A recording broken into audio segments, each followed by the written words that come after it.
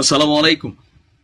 মাত্র কিছুক্ষণ আগেই আমাদের প্রধান উপদেষ্টা ডক্টর মোহাম্মদ ইউনূস তিনি যুক্তরাজ্যের উদ্দেশ্যে তিনি বের হয়েছেন 4 দিনের এই সরকারি সফর। তো ওনার সফরে যাওয়ার ঠিক আগ মুহূর্তে যেই ঘোষণা এসেছে, তবে যারা এই ঘোষণা দিয়েছেন তারাও কারোর কাছে এখন একদম কি বলা হয় যে হাজির বিরিয়ানি, আবার কারোর কাছে আবর্জনা, মানে এক একজন এক এক দৃষ্টিভঙ্গিতে দেখছেন। আপনার শেখ হাসিনার সময়ে আওয়ামী লীগ সরকারের সবচেয়ে বড় সমালোচক হিসাবে, পার্টি ছোট কিন্তু নেতা বড়, এরকম কয়েকজন ক্যারেক্টার তৈরি হয়েছিল যাদের নামের আগে আবার বিভিন্ন উপসর্গ আছে, লাইক বিকাশ অথবা বিভিন্ন। তার মধ্যে একজন হচ্ছেন জনাব তারেক। বিপিনুরের এক সময়ের সতীর্থ তারেক দল ভেঙে করেছেন আলাদা দল, আর এই দল করার পর গেল সাম্প্রতিক সময়ে ডক্টর মোহাম্মদ ইউনূসের সবচেয়ে বড় করা সমালোচকদের মধ্যে তিনি একজন। আজকে তিনি যে ঘোষণা দিয়েছেন, যদি এই ঘোষণা বাস্তবায়ন করতে পারেন তাহলে ডক্টর মোহাম্মদ ইউনূস 4 দিন পরে এসে তিনি আসলে কি পরিস্থিতি দেখবেন বাংলাদেশে, যে কি ঘটতে পারে। দর্শক, আমজনতা যে দলটি নতুন লঞ্চ করা হয়েছে, সেই দলটির সদস্য সচিব মোহাম্মদ তারেক বলছেন, কোন একটি নির্দিষ্ট দলকে ফেসিলিটেট করা ডক্টর ইউনূসের কাজ নয়।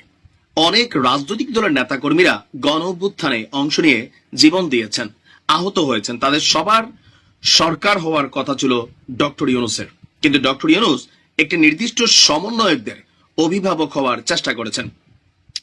আমরা দেশের জন্য দীর্ঘ সময় ধরে অনেক কষ্ট করেছি, গুম হয়েছি, গ্রেপ্তার হয়েছি, নিপীড়নের শিকার হয়েছি, খারাপ দিন এখনো রয়েছে।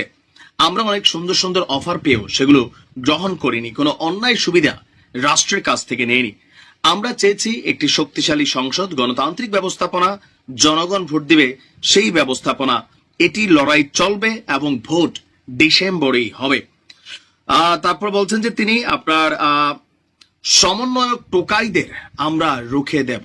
শব্দটা দেখেন, সমন্বয়কদের বলা হতো জাতির হিরো, সেই জাতির হিরোকেই এখন টোকাই হিসেবে আখ্যায়িত করে তিনি বলছেন যে সমন্বয়ক টোকাইদের আমরা রুখে দেব।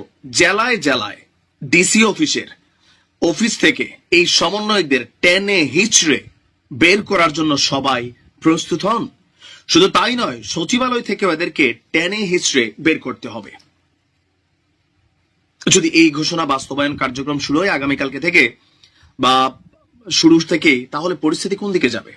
এখন কেন বরাবর ডক্টর ইউনূস তিনি মানে অপরদিকে ব্যারিস্টার রুমিন ফারহানা বলছেন ডক্টর ইউনূস শুধু তিনি এবং তার কিছু পোষ্য ছাত্র, তিনি তাদের কথা শুনেই আসলে সবকিছু সিদ্ধান্ত নিচ্ছেন, যেখানে বাংলাদেশের অধিকাংশ জনগণ তারা মনে করছে ডিসেম্বরে নির্বাচন হওয়া উচিত, কিন্তু তিনি তার পোষ্য ছাত্রদের বাহিরে গিয়ে কোন সিদ্ধান্ত নিচ্ছেন না। ডক্টর মোহাম্মদ ইউনূসের যে সার্বিক জনপ্রিয়তা ছিল 10 মাস আগে এই সার্বিক জনপ্রিয়তার প্রধান একটা কারণ ছিল আওয়ামী লীগ তানাকে ধরছিলেন। ইভেন আওয়ামী লীগ সরকার দেখেন যেই ইস্যুগুলো নিয়ে ডক্টর ইউনূসকে ধরছেন বা তৎকালীন সময় তাকে আইন আদালত মামলা বিভিন্ন জায়গায় দৌড়াদৌড়ি করাইছিলেন, সেই একই জিনিস আজকে সবাই খোঁটা দিচ্ছে যে ডক্টর মোহাম্মদ ইউনূস তিনি রাষ্ট্র ক্ষমতায় আসার পর এই কাজগুলা সবার আগে তিনি সাইরা নিয়েছেন। গ্রামীণের নামে তিনি কি বলা হচ্ছে একটা ভার্সিটির লাইসেন্স নিছেন, ইভেন জনশক্তি রপ্তানি বা আদম ব্যবসায়ী লাইসেন্স নিছেন, বিভিন্ন 666 কোটি টাকা কর তিনি মাফ করে দিচ্ছেন, নোবেল পুরস্কার পাইলে এটার কর দিতে হবে না, বিভিন্ন ধরনের অ্যাক্টিভিটিস করেছেন। ইভেন সমন্বয়কদের যে গ্রুপ বা দল এনসিপি, সেই এনসিপি খুল্লাম খুল্লা প্রকাশ্যে অপ্রকাশ্যে তিনি কন্টিনিউ সমর্থন দিয়ে যাচ্ছেন। আর নির্দিষ্ট একটা দল যাদের এখনো নিবন্ধনে হয় নাই তাদের কথাই এই সরকার চলছে দাবি করে বিএনপি বলেন, গণ অধিকার পরিষদ বলেন, আরো যে দলগুলো আছে ছোট বড় সকলেই কিন্তু নানান দুরভিসন্ধি দেখছেন। এমনকি ডক্টর মোহাম্মদ ইউনূসের যে সর্বশেষ ঈদের জামাতের আগে যে বক্তব্য ছিল, সেই বক্তব্যকে কেন্দ্র করেও কিন্তু নানান আলোচনা সমালোচনা রাজনৈতিক দলগুলো করছে। এর মাঝখানে তিনি দেশের বাইরে গিয়েছেন, তো এই 4 দিনের সফর শেষে তিনি ফিরে আসবেন, কিন্তু যে পরিস্থিতি ঘোলাটে আকার ধারণ করছে সেই পরিস্থিতি কোন দিকে যাচ্ছে সময় বলে দিবে। ভালো থাকুন। আসসালামু আলাইকুম। আমি যখন এই নিউজটি করছি তখন যুক্তরাজ্যে সম্ভবত ডক্টর মোহাম্মদ ইউনূস তিনি ল্যান্ড করেছেন। গতকালকে রাতে আপনারা জানেন যে তিনি বাংলাদেশ ছেড়ে যুক্তরাজ্যের উদ্দেশ্যে 4 দিনের সফরে বের হয়েছেন।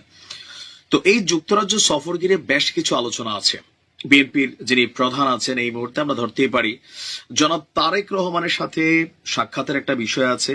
এর পাশাপাশি টিউলিপ সিদ্দিক তিনি ডক্টর মোহাম্মদ ইউনূসের সাথে একটা চা অথবা একটা মধ্যাহ্নভোজের আয়োজনের জন্য তিনি একটা চিঠি পাঠিয়েছিলেন। তো সেই চিঠির প্রেক্ষাপটে ডক্টর মোহাম্মদ ইউনূস যুক্তরাজ্যে প্রবেশের আগে অথবা তিনি যখন প্রবেশ করেছেন তখনই একটা বার্তা দেওয়া হয়েছে অফিসিয়ালি সরকারের পক্ষ থেকে টিউলিপকে। তবে জনাব ডক্টর মোহাম্মদ ইউনূস তিনি যদি যুক্তরাজ্যে গিয়ে টিউলিপের সাথে দেখা করেন তাহলে সেইটা হবে জুলাই অভ্যুত্থান বিরোধী একটা কর্মকাণ্ড, এমনটাই দাবি করেছেন হান্নান মাসুদ। গতকালকে একটা বক্তব্যে তিনি বলেছিলেন যদি ডক্টর মোহাম্মদ ইউনূস টিউলিপের চিঠির সাক্ষাতে সাড়া দিয়ে তিনি যদি দেখা করেন তাহলে সেটা জুলাই আগস্টের যে অভ্যুত্থান সেই অভ্যুত্থানের সাথে স্পষ্ট প্রতারণা হবে। সো একটা চাপ তো আছে। এর বাহিরে বর্তমানে রাজনৈতিক প্রেক্ষাপটে টিউলিপ সিদ্দিকী তেমন কোনো গুরুত্বপূর্ণ ক্যারেক্টার না যেই ডক্টর মোহাম্মদ ইউনূস তার সাথে দেখা করবেনি। তো সকল কিছু মিলিয়ে ছাত্রদের চাপ বা সরকারও নিজে থেকে খুব বেশি ইচ্ছা নাই। আর আমাদের প্রধান উপদেষ্টা যিনি প্রেস সচিব ছিলেন শফিক ভাই, তিনি বলছিলেন যে টিউলিপ সিদ্দিকীর চিঠির খবর তিনি জানেন না। পরবর্তী সময় আমরা দেখলাম যে যুক্তরাজ্যে বাংলাদেশের যে কূটনীতিক আছে এবং ঢাকার উচ্চপদস্থ সূত্রগুলো বাংলাদেশের প্রথম সারির গণমাধ্যম আমার দেশ পত্রিকায় প্রকাশিত হওয়া প্রতিবেদনটি বলছে যুক্তরাজ্যের সাবেক মন্ত্রী টিউলিপ সিদ্দিকের চিঠিতে সাড়া দেয়নি আপনার ডক্টর মোহাম্মদ ইউনূস। অর্থাৎ সরকারি সফরে এই যে তিনি যাচ্ছেন সেখানে ডক্টর মোহাম্মদ ইউনূস টিউলিপ সিদ্দিকীর সাথে দেখা করবেন না। তিনি আপনার রাজা চার্লসের সাথে দেখা করবেন এবং ডাউনিং স্ট্রিটে ব্রিটিশ প্রধানমন্ত্রী কিয়ার স্টারমারের সাথে দেখা করবেন। আর অপরদিকে সফরের একদম শেষ দিকে আলোচনায় আছে যে তিনি কি বলা হয় যে জনাব তারেক রহমানের সাথে দেখা করার একটা ইস্যু আছে। যদিও টিউলিপ সিদ্দিকের এই চিঠি নিয়ে সামাজিক যোগাযোগ মাধ্যমে অনেক আলোচনা সমালোচনা হয়েছে, আর বাস্তবিক প্রেক্ষাপট যেটা ডক্টর মোহাম্মদ ইউনূসের এই সফরটা এতটাই ব্যস্ত, প্লাস আওয়ামী লীগের ইস্যুতে যদি এখানে টিউলিপের জায়গায় স্বয়ং শেখ হাসিনাও থাকতেন অথবা সজীব ওয়াজেদ জয়ও থাকতেন, তারপরেও ডক্টর মোহাম্মদ ইউনূস আমি নিশ্চিত যে তিনি তাদের কাউকে সাক্ষাৎ দিতেন না। অপরদিকে ডক্টর মোহাম্মদ ইউনূসের আজকের এই সফর ঘিরে গেল 2-3 দিন আগে সজীব ওয়াজেদ জয়ের একটা পরিকল্পনা ছিল যে আজকে সেখানে তারা বিক্ষোভ প্রদর্শন করবেন। তো এখন সেই বিক্ষোভের বিরুদ্ধে আবার পাল্টা বিক্ষোভ করবে বা ওনাকে ওয়েলকাম জানানোর প্রস্তুতি নিয়েছে জামাত ইসলাম যারা প্রবাসী শাখাতে আছেন, এবং পিনাকিদাও দলে দলে মানুষকে ডক্টর মোহাম্মদ ইউনূসকে রিসিভ করার জন্য বা গ্রহণ করার জন্য সেখানে স্বাগত জানানোর জন্য ইউরোপের যেই বিভিন্ন নেতাকর্মীরা আছেন বা ওনার অনুসারীরা আছেন তাদেরকে আহ্বান জানিয়েছেন। তো আজকে এখানে দুইটা দৃশ্যপট হতে পারে, একদিকে আওয়ামী লীগের বিভিন্ন স্লোগান শুনতে পারি, অপরদিকে আবার ডক্টর ইউনূস সাহেবের পক্ষে একটা অবস্থান তৈরি হতে পারে। আর পাশাপাশি টিউলিপ সিদ্দিকীর জন্য দুঃসংবাদ হচ্ছে যে তার চিঠির জবাবে ডক্টর মোহাম্মদ ইউনূসের পক্ষ থেকে বা সরকারের পক্ষ থেকে বলা হয়েছে যে টিউলিপের সাথে তিনি দেখা করবেন না। ভালো থাকুন। আসসালামু আলাইকুম।